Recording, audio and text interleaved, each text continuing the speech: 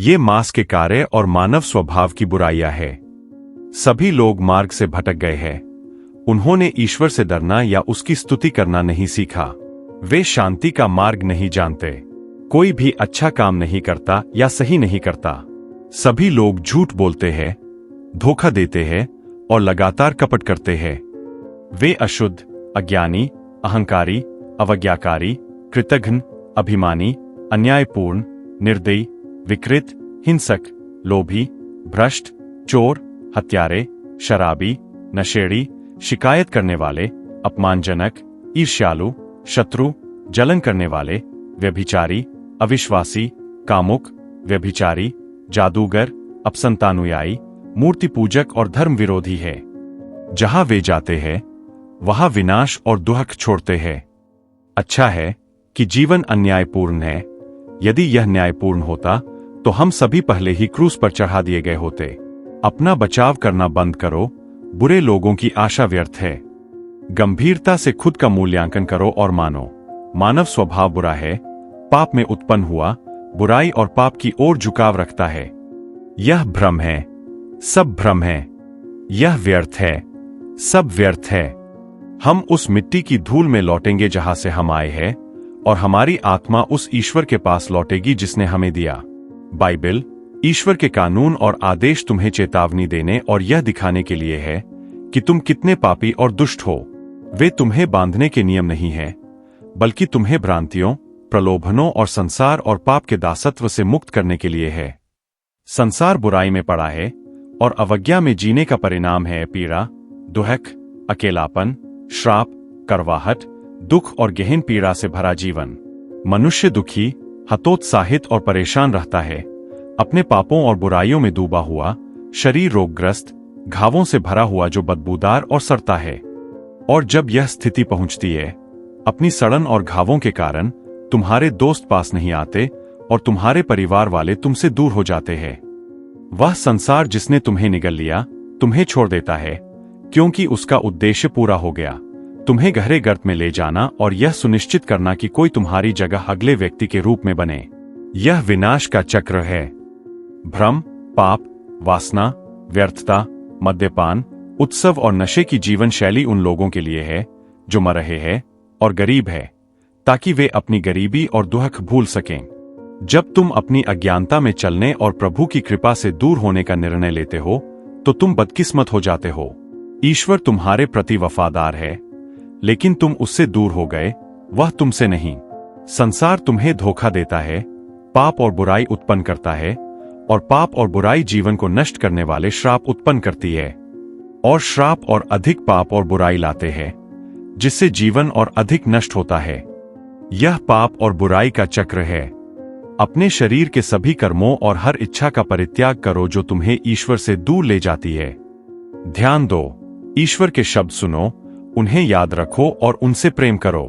ईश्वर को प्रसन्न करने वाले बलिदान हैं एक नम्र और पछतावे वाला हृदय, जो अपने किए बुराई के लिए क्षमा प्राप्त है, जिसके पाप धोए और मिटाए गए हैं, वह धन्य है। ईश्वर के दूत उनके चारों ओर शिविर लगाते हैं जो उसे डरते हैं और उन्हें सभी खतरों से बचाते हैं। अनुभव करो और देखो कि प्रभु कितना अच्छा है। जो उसकी शरण पाता है वह धन्य है। उसकी भलाई जीवन भर बनी रहती है। प्रकाश के स्वामी के रूप में जीवन जियो, क्योंकि प्रकाश से भलाई, न्याय और सत्य की भरपूर फसल होती है।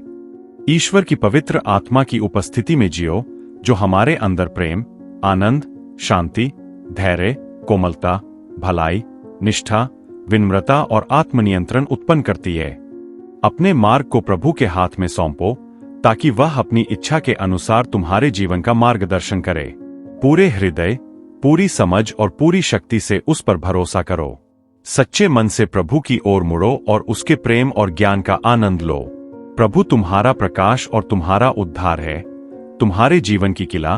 तुम किससे डरोगे? वह तुम्हारा ढाल और सुरक्षा है। शत्रु की किसी भी ईर्ष्या या बुरी बात का तुम्हें कोई नुकसान नहीं होगा, नहीं वह तुम्हारे खिलाफ सफल होगी। प्रभु तुम्हें सभी बुराई से बचाएगा। ईश्वर, जिसने संसार और उसमें सब कुछ बनाया, वह आकाश और पृथ्वी का प्रभु है और मानव निर्मित मंदिरों में नहीं रहता, और उसे किसी चीज की आवश्यकता नहीं है, क्योंकि जीवन, सांस और सब कुछ उसी से है। एक ही मनुष्य से उसने सभी मानव जातियों को बनाया ताकि वे पृथ्वी पर जीवित रहें। जातियों को बनाने से पहले ईश्वर ने उनके निवास स्थान और वहां रहने का समय निर्धारित किया। उसने यह इसलिए किया ताकि हर कोई उसे खोज सके और शायद उसे पा सके, हालांकि वह हम में से प्रत्येक से दूर नहीं है। हम उसी में जीते हैं, चलते हैं और अस्तित्व में है। अपनी अज्ञानता से बाहर आओ और अपने ईश्वर को सच्चाई से जानो। उसके मार्गों, उसके आदेशों और उसकी महिमा की महानता को समझने का प्रयास करो। वह सर्वोच्च, शक्तिशाली, विजयी और चमत्कारकारी ईश्वर है, जिनके कार्य महान और अनगिनत है। वह वही ईश्वर है जिन्होंने युद्ध जीते, अपने लोगों को दासत्व से मुक्त किया, मानव दृष्टि से असंभव रोगों को ठीक किया और अराजकता को जीवन में बदल दिया। देखो, तुम्हारी प्रार्थना उसके सामने कितनी छोटी है। 2500 वर्षों में मानवता के महानतम मन ने विभिन्न मार्गों का अनुसरण किया, दार्शनिक, धार्मिक, वैज्ञानिक, दार्शनिक और मनोवैज्ञानिक, और वही मूल निष्कर्ष पाया जो बाइबिल में पहले से ही प्रकट हुआ है। मैं अल्फा और ओमेगा हूं, प्रारंभ और अंत, पहला और अंतिम। तू मूर्ख पुत्र, तू अभी भी अपने ईश्वर, इस्राएल के राजा और पृथ्वी के सभी राज्यों के प्रभु, अपने उद्धारकर्ता, सेनाओं के प्रभु पर संदेह करता है। उसके अलावा कोई नहीं। वह एकमात्र है।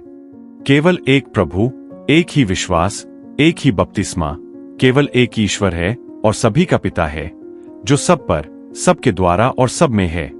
प्रभु, हमारे ईश्वर, तुम योग्य हो महिमा, सम्मान और शक्ति पाने के लिए, क्योंकि सब कुछ तुम्हारे द्वारा बनाया गया है, और हाँ, तुम्हारी इच्छा से अस्तित्व में आया और बनाया गया। ईश्वर ने संसार से ऐसा प्रेम किया कि उसने अपना एकलौता पुत्र दिया, ताकि जो कोई उस पर विश्वास करे वह नष्ट न हो, बल्कि अनंत जीवन पाए। मसीह सच्चा मसीहा है।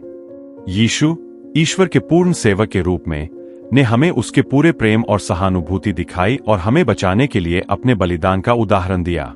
प्रभु का वचन उन लोगों तक पहुंचाओ, विशेषकर अशांत समय में, जहां ईसाइयों का उत्पीड़न हो रहा हो और यीशु मसीह के सत्य के बारे में संदेह हो।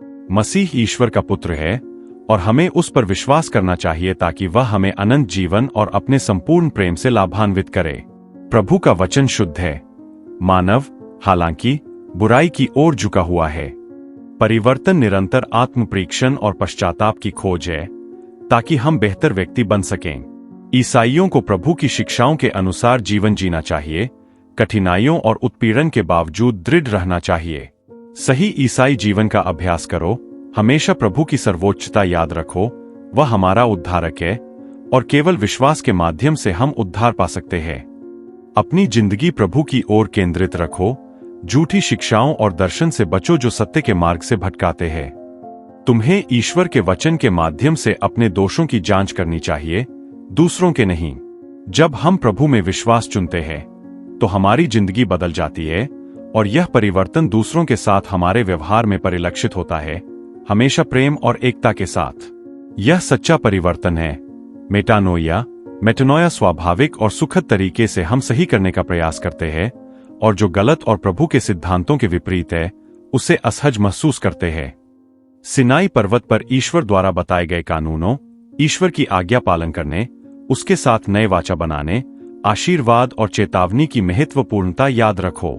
पश्चाताप करो और क्षमा मांगो। ईश्वर प्रभावित होकर तुम्हें मुक्त करने के लिए नेताओं को भेजेगा। शत्रु को हराया जाएगा और शांति फिर से बहाल होगी। अविश्वास के बावजूद ईश्वर तुम्हारे प्रति वफादार है और जब तुम क्षमा मांगोगे तो तुम्हें माफ कर देगा। विश्वास में दृढ़ रहो, शैतान के प्रलोभनों से दूर रहो। सभी को अपने पापों से पश्चाताप करने और मसीह पर विश्वास करने के लिए आमंत्रित करो ताकि वे उद्धार का आनंद ले सकें। प्रभु के आगमन की प्रतीक्षा करो। दिखाओ कि मसीह से संबंधित भविष्यवाणियां पूरी हुई है।